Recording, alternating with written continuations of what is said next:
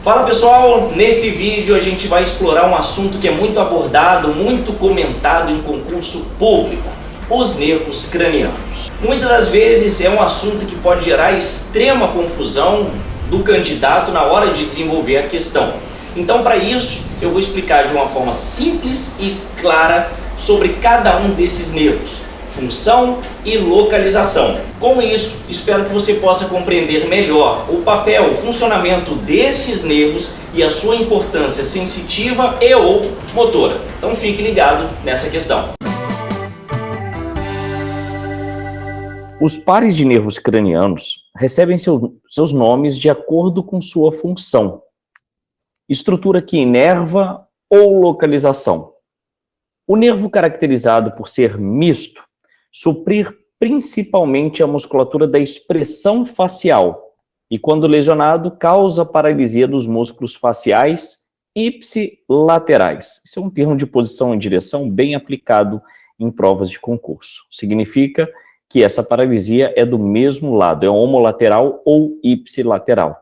E vejam só, como que já deixaram aqui claro isso, a expressão facial, né?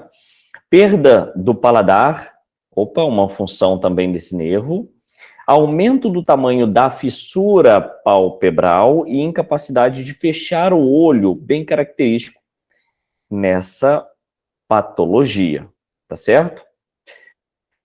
Com perda do reflexo córneo-palpebral e redução de produção da lágrima e saliva. Estamos falando de qual par de nervo craniano? Então, para a gente responder essa questão, né, que eu fiz uma substituição da questão que caiu no concurso, sem colocar o nome do nervo, senão ficaria muito fácil, né? Exatamente por conta da própria questão, do próprio enunciado, que já fala muito bem sobre o nervo. Então, se você já conhece o nervo facial, que é o sétimo par, você já mata facilmente essa questão. A questão fica muito fácil para se resolver dessa forma, né? Simplesmente por ler e interpretar tudo que está dizendo aqui, que é relacionado ao sétimo par de nervo craniano. Pois bem, para a gente não se confundir mais com relação a isso, eu fiz um esqueminha aqui, que eu espero que seja didático e ajude vocês no aprendizado dos 12 pares de nervos cranianos. Então, fiz uma legenda aqui, né? Nessa legenda, eu coloquei o A para nervos que são aferentes, a letra E para nervos que são eferentes e a letra M para nervos que são mistos. Então, só lembrando, aferente é aquele nervo que traz uma informação da periferia para o centro, ou seja, uma informação sensitiva. O nervo eferente é aquele que leva do centro para a periferia, ou seja, ele é um nervo motor.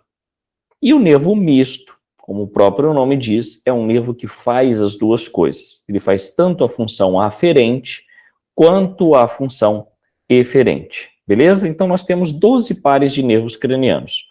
O primeiro par é o nervo olfatório, que é um nervo aferente, nervo dos sentidos, né? Do sentido do olfato. Então, ele é responsável pelo seu olfato. Uma lesão nesse nervo vai te gerar distúrbios sensitivos. Você vai ficar com anosmia, uma dificuldade de diferenciar o cheiro, né?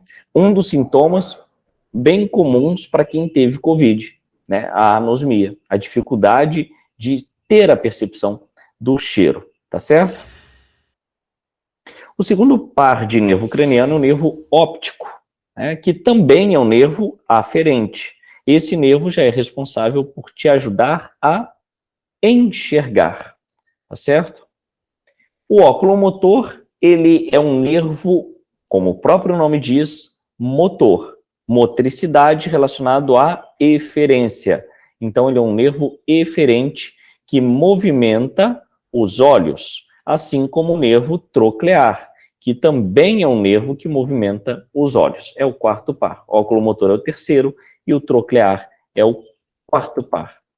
O quinto par é o trigêmeo, tri 3, gêmeo 2. Ele é um nervo misto, ou seja, ele faz as duas coisas, tanto a parte sensitiva quanto a parte motora. Então, o nervo trigêmeo, ele é um nervo misto.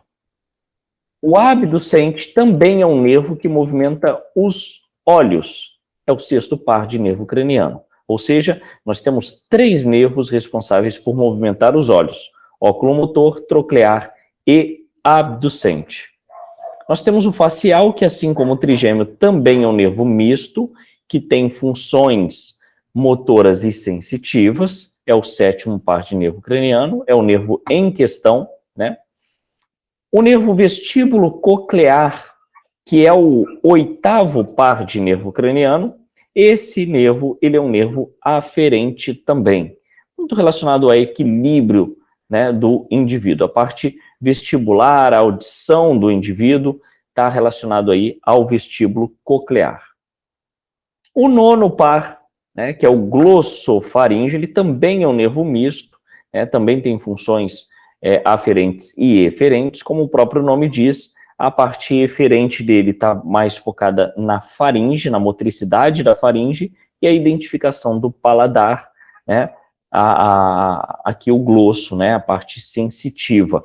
Lembrando que uma das funções sensitivas do facial é exatamente o paladar, a identificação do gosto. A parte motora dele está relacionada à musculatura da face, enquanto a parte motora do trigêmeo está relacionada à musculatura da mastigação, tá certo? O vago, que é o 10º par de nervo craniano, esse nervo aqui, ele também é um nervo misto, ele é um nervo que tem atuação fora do crânio, tem atuação nas vísceras torácicas e algumas vísceras abdominais. Esse é o nervo vago, tá? Então ele é um nervo misto. O acessório, que ele é um nervo eferente, né? Esse nervo, ele vai para a musculatura do pescoço, ele vai para a musculatura do trapézio, né? Então ele tem relação com a motricidade destes músculos. Esse é um nervo acessório, tá? Então é um nervo craniano que também tem a sua atuação fora do crânio. Pescoço, esternocleidomastoide e trapézio. E, por fim, o nervo motor da língua, que é o hipoglosso, que movimenta a língua, que é o 12º par de nervo craniano.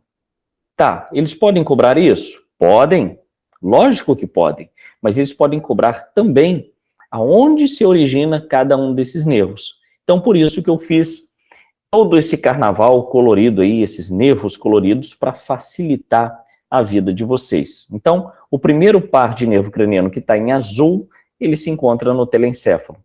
O segundo par de nervo craniano, que é o óptico, se encontra no diencéfalo. O terceiro e o quarto, oculomotor e troclear, estão no mesencéfalo.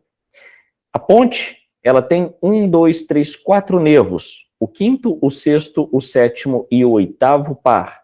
Eles estão contidos na ponte. E no bulbo, mais 4 pares de nervos, desde o glossofaríngeo até o hipoglosso. Então, o glossofaríngeo, que é o 9º, o vago, que é o 10º, o acessório, que é o 11º, e o hipoglosso, que é o 12º. Então, dessa forma, se você gravar o nome, a sequência, a função e a localização, acabou. Qualquer questão que venha relacionando nervos cranianos será uma questão ridícula, uma questão extremamente fácil de se fazer, tá certo? Então, fica a dica aí com relação a isso para vocês.